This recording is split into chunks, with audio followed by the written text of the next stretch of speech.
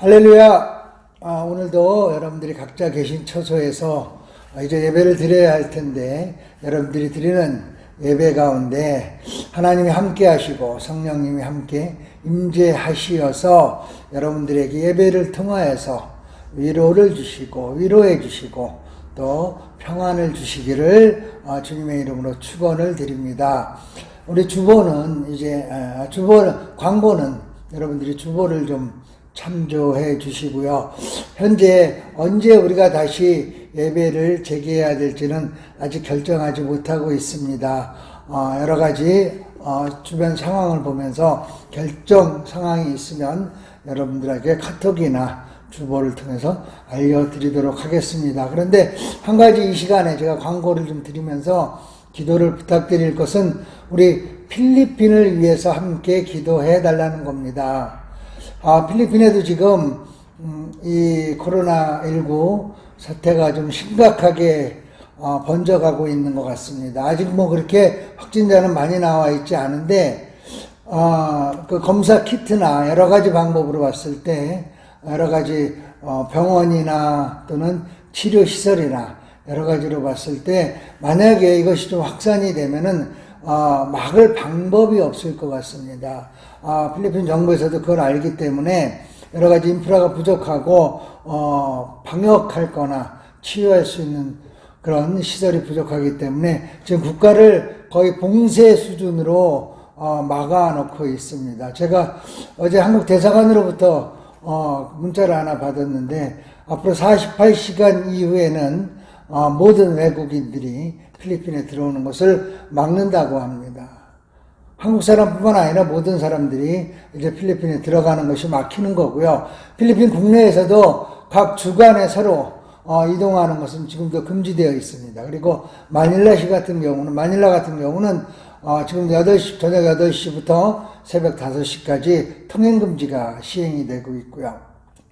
정말 걱정이 되는 것은 그런 사태까지 가면 안 되는데 필리핀 분들이 많은 분들이 하루 벌어서 하루를 먹고 사는 그런 생활 패턴이고 직장인들도 보통 2주에 한 번씩 월급을 받아서 주급이라고 할까요? 그걸 받아서 생활을 하는데 봉쇄가 심해지고 더 길어지면은 일할 곳이 막히고 먹고 살 그런 월급이나 그런 것들이 준비가 안 되기 때문에 자칫하면은 이렇게 폭동이나 약탈로까지 이어지지 않을까. 정말 그런 사태가 벌어지지 않기를 바라면서 우리가 하루속히 해결이 되기를 위해서 기도해야겠습니다. 우리 필리핀 형제자매들 지금 여기서 자기들의 걱정보다 필리핀에 있는 가족들 그리고 나라를 위해서 큰 걱정들을 하면서 기도하고 있습니다. 우리도 함께 우리 필리핀 형제자매들을 위해서 필리핀을 위해서 속히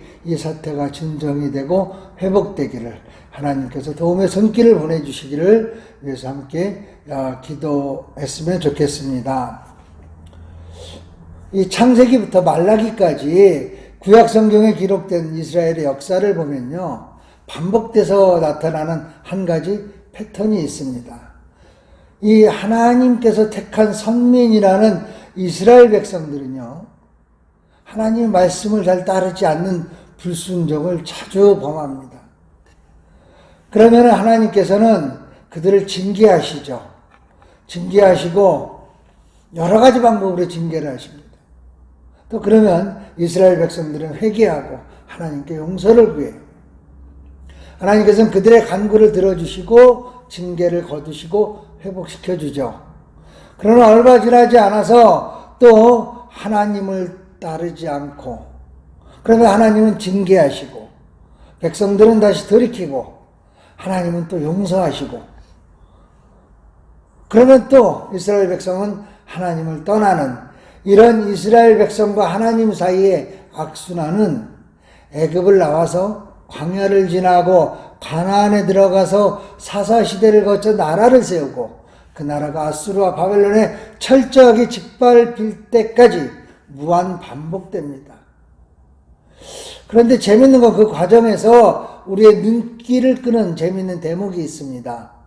바로 이스라엘 백성이 잘못을 회개할 때 하나님께서는 그들의 죄를 용서하시고 회복시키시는데 그때 사용하신 방법입니다. 오늘 본문에도 잘 나타나 있습니다. 오랜 광야 생활을 마치고 이제 가나안 땅을 눈앞에 두었던 이스라엘 백성은 왕의 대로라는 아주 평탄한 길을 통해서 가나안에 들어가려고 합니다. 근데 그 길이 지나고 있는 에돔이라는 나라의 왕이 허락을 하지 않아요. 통과를 못하게 합니다. 그래서 그들은 어쩔 수 없이 광야로 다시 길을 바꾸게 되죠. 그러자 이스라엘 백성들이 또다시 하나님과 모세를 향해서 원망을 합니다. 다시 돌아온 광야의 길이 험하고 불편하다는 거죠. 그것으로 시작된 불평은 이제까지 하나님이 내려줘서 먹었던 먹거리, 만나와 메추라기도 하찮은 음식이라고 하면서 심지어는요, 오늘 본문을 보면 이제 떠난 지 한 38년이 지났는데 그 38년 전에 애굽에서의 생활과 비교를 하면서 하나님께 불평, 불만을 쏟아놓고 있습니다. 애굽을 나와서부터 여러분 우리가 자주 보던 장면이죠.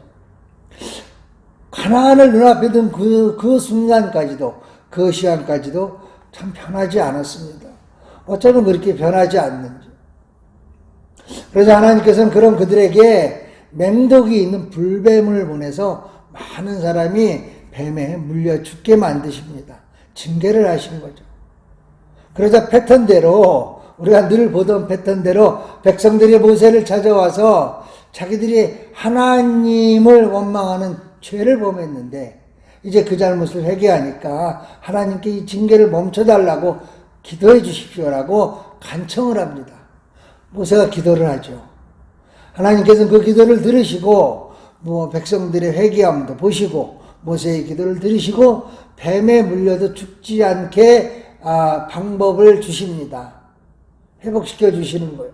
그런데 그 방법이 불뱀을 만들어서 뱀을 만들어서 장대에 매달아 두고 그 뱀에 물린 자들은 그것을 바라보면 죽지 않는다는 겁니다. 그래서 정말 모세가 놋으로 뱀을 만들어서 장대에 높이 달아놓죠. 그걸 바라본 사람들은 죽지 않고 정말 살았습니다. 바라만 보라는 겁니다. 그러면 아무리 맹독을 가진 뱀에 물렸어도 죽지 않았습니다. 아주 간단한 방법이죠. 하나님께서는 징계를 스스로 거두실 때만 이런 간단한 방법을 사용하신 것은 아닙니다. 이스라엘 백성이 위기를 만나거나 그들이 하나님의 도움이 필요할 때 또는 하나님의 영광을 하나님께서 하나님의 영광을 나타내셔야 할 때는 이런 아주 간단한 방법으로 해결을 하시는 경우가 많았습니다. 한번 볼까요? 여호수아가 요단강을 건널 때 어떻게 했습니까? 하나님께서 여호수아한테 그렇게 말을 하죠. 제사장들이 여호와의 궤를 메고 요단강 물에 발을 담그라. 그것뿐이었어요. 제사장들이 여호와의 궤를 메고 법궤를 메고 요단강가에 가서 물에 발을 담그니까 강줄기 물이 끊어지고 마른 땅이 돼서 이스라엘 백성들은 맨 땅을 걸어서 요단강을 건너갔습니다. 당시 난공불락의 요새와도 같은 여리고성, 그 여리고성을 함락할 때도 하나님께서 뭐라 그러셨나요? 어떤 방법을 쓰셨나요?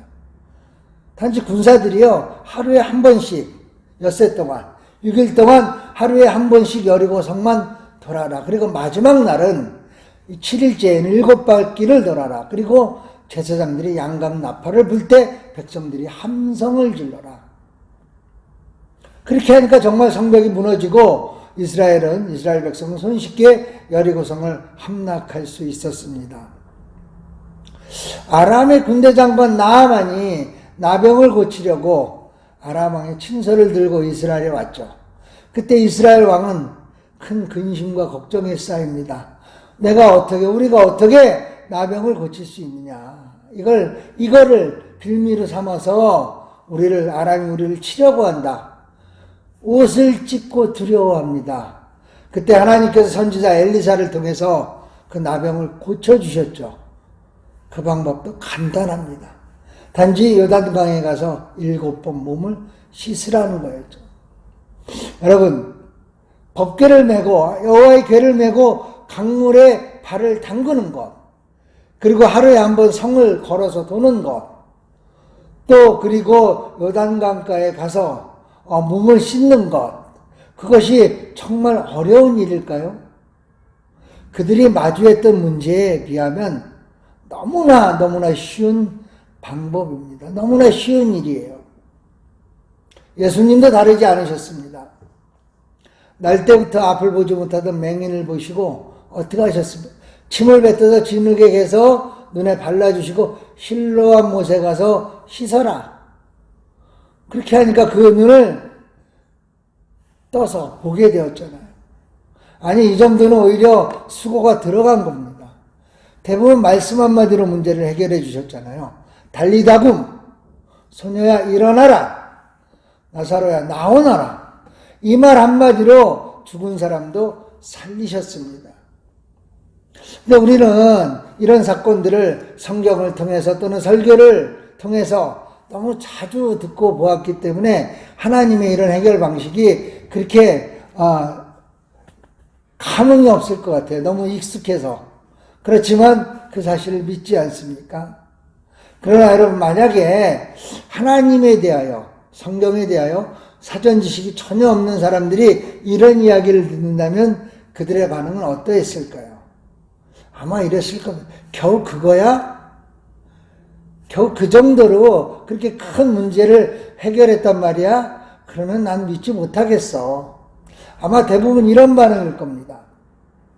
자, 그렇다면 해결 방법이 과연 어느 정도가 되어야 그들이 믿을까요? 어떻게 하여야 그래, 그 정도라면 난 믿을 수가 있지 라고 반응을 할까요?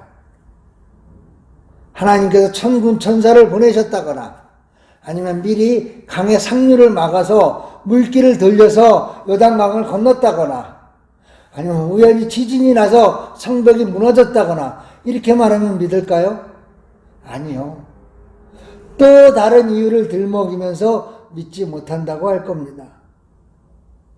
우리는, 그리스도인들은 믿는 것을 그러면 왜 그들은 믿지 못할까요? 믿음의 형성 과정이 다르기 때문에 그렇습니다. 세상 사람들의 믿음은 보통 자신의 경험에서 시작이 되어집니다. 세상의 수많은 사람들의 경험 또한 인간이 살아온 그 긴 시간 동안 지식이라는 이름으로, 학문이라는 이름으로 축적되어지고 전승되어집니다. 전해지는 거예요. 사람들은 학습을 통해서 그 축적된 경험들을 내 경험에 추가시킵니다. 그리고 이성의 도움으로 믿을 것과 믿지 못할 것을 판단하고 구별하는 겁니다. 그렇기 때문에 나의 직접 경험이나 내가 직접 경험이나 타인이 경험한 간접 경험으로 검증되지 않은 것은 믿지를 못하는 겁니다. 믿지를 않는 겁니다. 이건요, 사물을 대할 때나 사람을 대할 때나 동일하게 적용돼요. 장대에 달린 놋뱀을 바라보니 독사에 물려도 죽지 않더라. 방법이 너무 쉬워서 믿지 못하는 것이 아니라 나의 경험이나 다른 사람들 모두의 경험들, 그리고 오랜 시간 축적되어 온 자연현상이나 인간의 경험이라는 데이터베이스를 다 뒤져봐도 그런 일은 없었다는 겁니다. 그래서 믿을 수 없다는 거죠. 또 당연히 그 일을 행하신 하나님 역시 그러므로 존재를 믿을 수 없다라는 겁니다. 우리 그리스도인들의 믿음의 형성 과정도 그리 크게 다르진 않아요. 많은 부분 경험에 그 기반을 두고 있습니다. 그러나 출발점이 다릅니다. 그리스도인들의 믿음은요, 하나님의 은혜로부터 시작이 됩니다. 우리 인간은 경험이나 지식이나 이성이나 우리가 가진 그 무엇을 동원해도 도저히 하나님을 알 수 없는 존재입니다. 죄로 인하여, 우리가 범한 죄로 인하여 하나님과의 관계가 끊어졌기 때문에 우리 인간의 힘으로는 하나님과의 관계를 다시 회복시킬 수 있는 그 무엇도 가지고 있지를 못한 거예요. 그런데 하나님께서 말씀과 성령으로 먼저 우리를 찾아오셔서 자신을 보여주셨어요. 하나님을 알 수 있는 지식도 주셨습니다. 그리고 끊어진 관계를 다시 회복시키신 거예요. 여러분, 상대방이 없으면요, 믿는 것이나 믿지 못하는 것이나 아무런 의미가 없습니다. 왜요? 믿고 말고 할 대상이 없지 않습니까? 그런데 하나님께서 먼저 우리에게 나타나셔서 그 상대방이 되어주신 겁니다. 그 하나님을 믿고 안 믿고는 그 다음 문제예요. 믿을 대상이 있느냐 없느냐. 믿을 대상으로 하나님이 나타나신 겁니다. 하나님께서 먼저 그렇게 상대방으로 우리 앞에 나타나주지 않으셨다면요, 우리는 영영 하나님을 알 수 있는 방법도 없고요, 믿을 수도 없을 겁니다. 그래서 은혜라는 거예요. 그렇게 먼저 나타나 주셨으니 은혜고요, 은혜로부터, 그 은혜로부터 믿음이 시작되는 겁니다. 세상 사람들의 믿음은 그래서 보여지고 경험되어지고 이성이 동의되어지는 사실에만 기반을 두고 있습니다.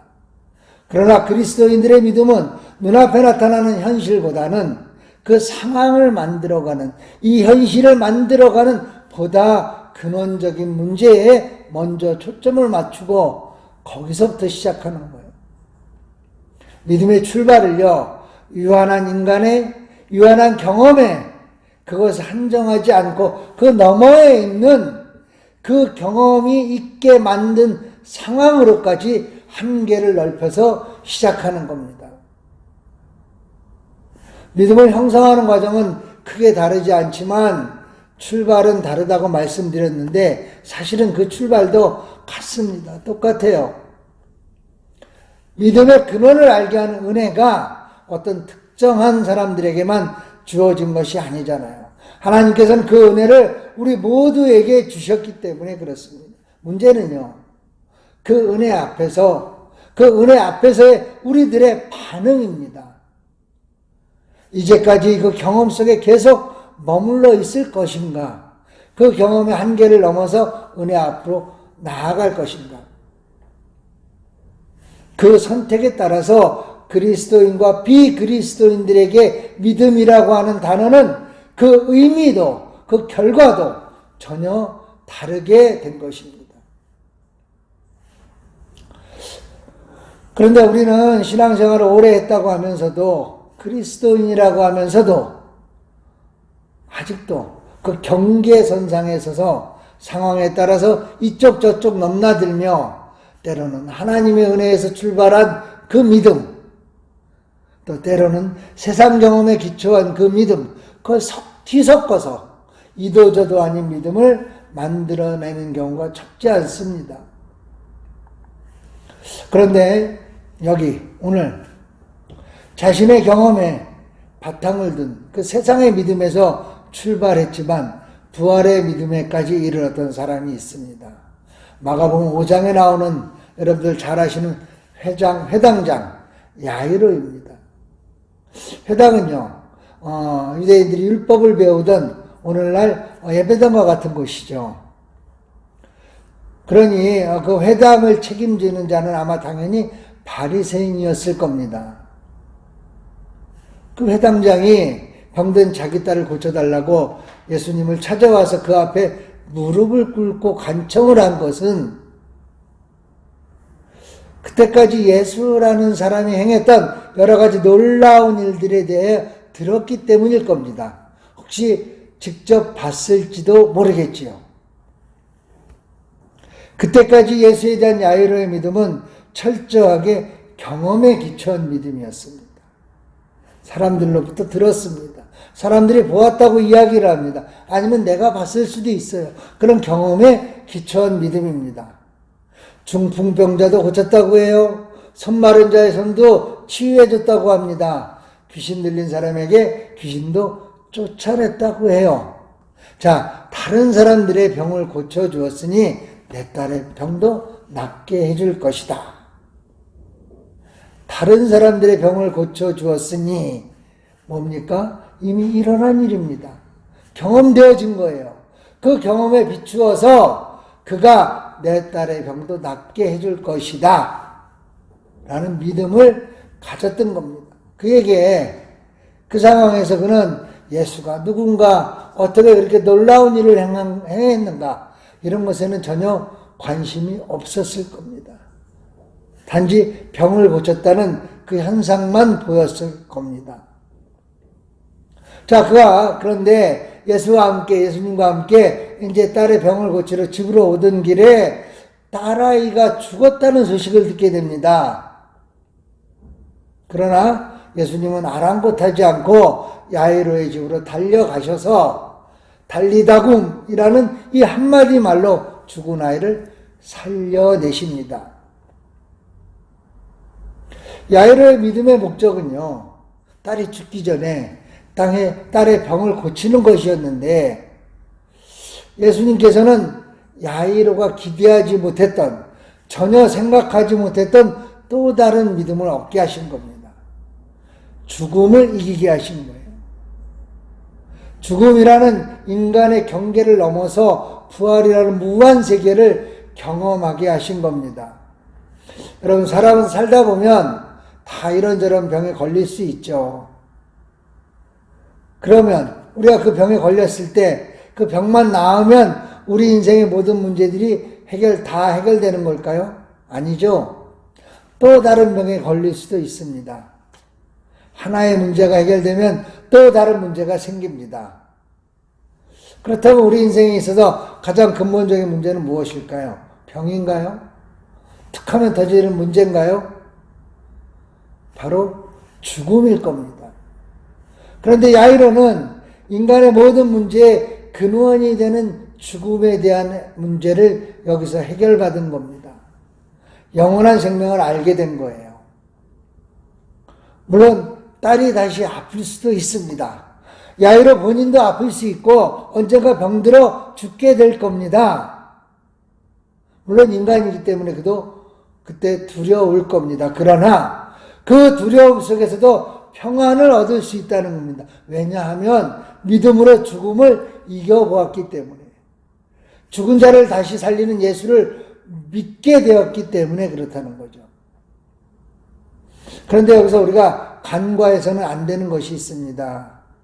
야이로가 예수님을 만나서 간청을 하고 집으로 돌아오는 길에 그 과정이 있습니다. 우리는 그 과정을 간과해서는 안 될 겁니다. 한시가 급한 상황에서 뜻하지 않은 일이 발생하죠. 오랫동안 혈루병을 앓던 여인이 믿음으로 예수의 옷자락을 만지고 예수님께서는 그 여인을 찾아서 한참을 이야기하시고 그 병을 고쳐줍니다. 그렇게 시간이 지체되고 있는데 회당장의 집에 사람이 와서 딸의 죽음을 알리죠. 마가복음 5장 35절입니다. 아직 예수께서 말씀하실 때에 회당장의 집에서 사람들이 와서 회당장에게 이르되 당신의 딸이 죽었나이다. 어찌하여 선생을 더 괴롭히나이까? 상황이 종료됐다는 말이에요. 예수님에 대한 야이로의 믿음의 목적은 뭐였습니까? 야이로의 믿음의 목적은요, 딸을 죽기 전에 살리는 거였어요. 그러나 이제 딸이 죽었으니까 야이로에게는 예수를 믿을 이유도 필요도 없어진 겁니다. 아니, 오히려 예수를 향해서 무엇이 급한지도 모르냐고 원망의 독설이라도 할 수 있는 그런 상황이었을 겁니다. 그런데 바로 그때 예수님께서 이렇게 말씀을 하시죠. 36절입니다. 예수께서 그 하시는 말을 곁에서 들으시고 회당장에게 이르시되 두려워하지 말고 믿기만 하라. 이 말씀에서 여러분 우리가 주목해야 될 게 있어요. 이때가 처음 예수님께서 야이로에게 믿음이라는 것을 언급하신 때입니다. 지금이 이때가 정말 믿어야 할 때라는 거죠. 무슨 말입니까, 여러분?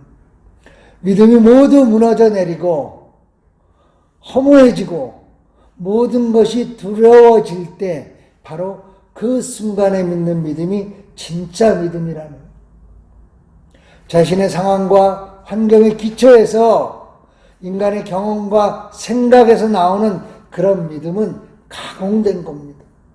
자신을 믿는 믿음에 불과하지 않습니다.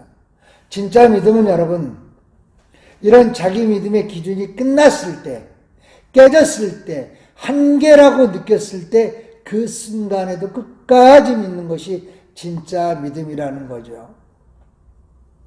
보세요. 야이로의 믿음은 딸이 죽는 순간에 깨져버렸습니다. 더 이상 하나님을 바라고 기도할 이유도, 예수님을 모시고 집으로 갈 이유도 사라져버렸습니다. 그런데 야이로의 믿음이 깨지는 순간 반전이 일어나죠. 이제까지 야이로가 목적을 가지고 예수님을 이끌었지 않습니까? 예수님, 저와 함께 가시죠. 제가 앞장서겠습니다. 우리 집은 이쪽입니다. 그런데 이제는 예수님이 먼저 인도하십니다. 주도권이 바뀐 겁니다. 이쪽 믿음과 저쪽 믿음 사이의 경계선을 넘어가는 순간입니다. 딸은 이미 죽었는데 이렇게 가본들 무슨 소용이 있겠는가? 아무 소용이 없다는 생각을 하지만 야이로는 예수님을 따라갑니다. 야이로가 예수님을 따라간 것은 예수님을 믿기 때문에, 아니면 무엇인가 더 바라는 것이 있어서 따라간 것이 아니라 예수님께서 먼저 길을 인도하시기 때문에 그저 뒤따라간 것입니다. 여러분, 믿음의 본질은 바로 여기에 있습니다. 내가 끌고 가는 것이 아니라 예수님이 가시는 걸 따라갑니다. 그래서 그는 그 길 끝에서 부활의 믿음을 갖게 된 겁니다. 코로나19 사태가 장기화가 되면서 사람들이 정말 두려워하는 건요, 이러다가 우리 인간 본연의 모습, 그 민낯이 드러날까 봐 하는 겁니다. 또 삶의 여러 부분에서 한계 상황을 만나게 될까 봐 걱정도 많이 합니다. 경제적인 한계 상황, 인간관계에서의 한계 상황, 모든 분야에서 한계 상황을 만나게 될 것이다. 걱정 많이 합니다. 어쩌면 이렇게 사람들이 우려하는 많은 일들이 현실로 나타날지도 모르겠습니다. 아니, 우리는 마음의 준비, 대비는 하여야 할 것 같습니다. 그러나 중요한 건요, 우리가 우선순위를 두고 가장 먼저 해야 할 일은 우리 믿음의 점검이라는 겁니다. 정말 어려운 상황을 만나더라도 그 상황에 매몰되는 것이 아니라 그 모든 일을 주관하시는 하나님을 바라볼 수 있는 그런 믿음의 실력이 있어야 한다는 겁니다. 그러나 그 믿음의 실력은 여러분, 은혜로 주어지지 않습니다. 끊임없이 복습하고 훈련하고 준비해야 됩니다. 그리고 믿음의 주도권을 내가 아니라, 나한테 있는 것이 아니라 미리 주님께로 바꾸어 놓아야 합니다. 모세가 들어올렸던 장대에 거기 매달려 있던 놋뱀이 무슨 능력이 있겠습니까? 그 너머에서 상황을 주관하시는 하나님을 바라보는 믿음의 능력이 나타났던 겁니다. 여러분, 우리에게도 그것을 바라보아야 할 상황이 올지도 모르겠습니다. 아니, 지금이 바로 그런 상황일지도 모르겠습니다. 겨우 그거야? 의심하고 해독제를 찾아 나설 것인가요? 아니면 정말 그거야? 기쁨으로 하나님의 은혜를 누릴까요? 우리는 지금 어떤 믿음을 가지고 이 어려운 때를, 그리고 오늘을 살아가고 있나요? 여러분, 이제 우리 앞에 서 가시는 주님만 바라보며 따라가시는, 주님과 동행하는 그런 삶이 우리들의 삶이 되기를, 여러분의 삶이 되기를 주님의 이름으로 축복합니다. 기도하겠습니다. 주님의 은혜를 감사드립니다. 비록 오늘도 우리가 함께 모여서 주님께 예배를 올려드리지 못하지만, 주님, 우리 열방의 모든 지체들이 주님을 예배하는 그 자리자리마다 주님께서 임재하신 줄 믿습니다. 주님, 우리의 모든 예배에 주인이 되시어서 영광받아 주시옵소서. 주님, 코로나 바이러스가 이제는 한국뿐만이 아니라 세계 모든 나라로 확산이 되었습니다. 이 시간에도 생사를 넘나드는 많은 환자들이 생겨나고 있습니다. 심지어는 죽은 자들을 다 처리하기도 벅찬 나라까지 있습니다. 주님, 이때가 바로 세계의 모든 민족들이 하나님을 바라볼 때인 줄 믿습니다. 이제까지 가지고 있던 의학적, 과학적, 사회적, 개인적 경험의 기초를 두고 우리가 안일하게 믿었던 그 모든 믿음들이 이제는 그 한계 너머까지 우리를 향해서, 그 한계 너머에서 우리를 향한 은혜로 오늘도 애타게 바라보시는, 주님만을 바라보는 참된 믿음을 가지게 하옵소서. 오늘도 세계 도처에서 신음하는 환우들을 주님 돌아보아 주시고 긍휼과 자비를 베풀어 그들을 회복시켜 주시옵소서. 주님께서 역사하시어서 그들이 회복되는 놀라운 은혜를 체험하게 하여 주시옵소서. 그 일을 위하여 수고하는 의료진들과 봉사자들, 관계자들 모두가 주님이 새 힘을 주시어서 피곤하여 낙심하거나 낭망하지 않고 주님과 같은 마음으로, 주님의 마음으로 섬길 수 있도록 하여 주시옵소서. 이번 사태로 어려움을 겪고 있는 이 땅의 많은 작은 교회들을 위해서 기도합니다. 주님, 그 교회들과 교우들의 아픔과 호소에 귀 기울여 주시어서 주님께서 그 땅에 세우신 교회로서의 사명을 온전히 감당할 수 있도록 주님께서 지켜주시고 인도하여 주시옵소서. 또한 필리핀 형제자매 교우들을 위해서 기도합니다. 모든 환경이 열악하기 때문에 지금 필리핀 전체를 봉쇄하면서 산업과 삶이 마비되고 있습니다. 가족들을 위하여, 나라를 위하여 기도하며 오는 우리 형제자매들에게 주님 응답하여 주시옵소서. 소망을 주시고 주님께서 치유하시고 회복시키는 것을 기대하며 눈으로 보게 하여 주시옵소서. 그리하여 주님께 더욱더 가까이 나아가는 은혜의 시간이었다고, 이 아프고 이 고통스러운 시간이 오히려 우리에게 은혜의 시간이었다고 고백할 수 있게 하여 주시옵소서. 그리고 지금 이 시간 주님께 예배를 드리는 우리나라의 모든 가정마다 주님 축복하시어서 오히려 은혜가 차고 넘치는 그런 예배들이 곳곳에서 주님께 올려지게 하여 주시옵소서. 이제 주님이 우리에게 허락한 여러 가지 물질을 여러 가지 방법으로 주 앞에 올려드립니다. 주님, 이 물질 기뻐 받아 주시옵고 물질을 드리는 모든 손길들을 주님 축복하여 주시옵소서. 그리고 이 물질이 사용되는 그곳이 하나님 나라가 되게 하시고 그 하나님의 나라가 하나님의 영광 중에 자랄할 수 있도록 주님 축복하여 주시옵소서. 이제는 우리 주 예수 그리스도의 은혜와 하나님 아버지 무한하신 사랑하심과 성령님의 감동감화 역사 충만하심이 이 어려운 때에 내가 가지고 있는 믿음은 어떤 믿음인지 정확히 진단하고 그 믿음 위에서 하나님이 주시는 은혜를 가지고 오늘도 내일도 그리고 앞으로의 모든 날들을 믿음 안에서 걸어나가기를 소망하며 나 혼자 사는 것이 아니라 우리 주변의 모든 사람들에게 그 믿음의 영향을 끼치기 위하여 함께 걸어가기 위하여 삶의 자리에서 오늘도 열심히 살아가고 있는 모든 성도들 위해 이제부터 영원토록 함께하옵기를 간절히 축원하옵나이다. 아멘.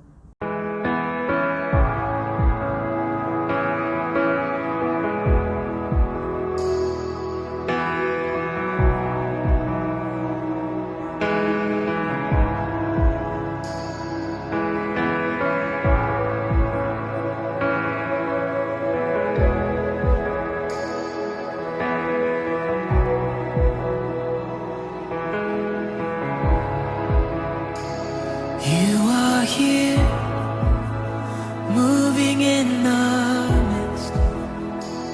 I worship you, I worship you. You are here, working in this place. I worship you, I worship you.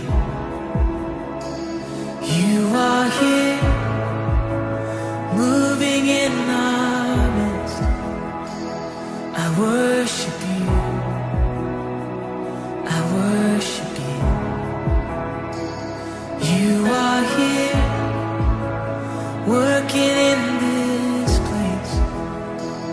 I worship you, I worship you. You are waymaker, miracle worker, promise keeper, light in the darkness. My God, that is who you are. You are waymaker, miracle worker, promise keeper, light in the darkness. My God, that is who you are. You are here, touching every heart. I worship you, I worship you. You are here, healing every heart. Oh, I worship you, Jesus, I worship you. You're turning lives around. You are here, oh, turning lives around. I worship you, I worship. You're mending every heart. You are here, and you're mending every heart. I worship you, yeah. I worship you, Lord. And you are waymaker, miracle worker, promise keeper, light in the darkness. My God, that is who you are. Yeah, you're the waymaker, waymaker, miracle worker, promise keeper, light in the darkness. My God, that is who you are. Yeah, sing it again. You are, yeah, waymaker, miracle worker, promise keeper, light in the darkness. My God, that is who you are. Oh, it's who you are, Jesus, yeah. And waymaker, miracle worker, promise keeper, light in the darkness. My God, that is, sing, that is who you are. Oh, that is who you are. And that is who you are. Oh, and that is who you are.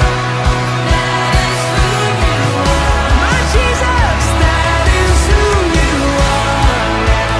That is who you are. Oh, we lift you up. That is who you are. That is who you are. My Jesus,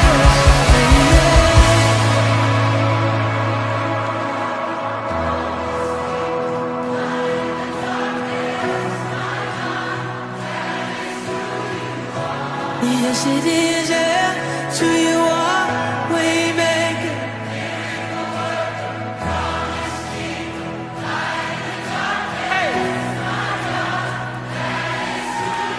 Let's sing this together. Even when I don't see it. Come on, even when I don't see it, you're working. Even when I don't feel it, you're working. You never stop, you never stop working. You never stop, you never stop working. Come on. Even when I don't see it, you're working. Even when I don't feel it, you're working. You never stop, you never stop working. You never stop, you never stop. Oh, even when I don't see it, you're working. Even when I don't feel it, you're working. You never stop, you never stop working. You never stop, yeah. Oh, even when I don't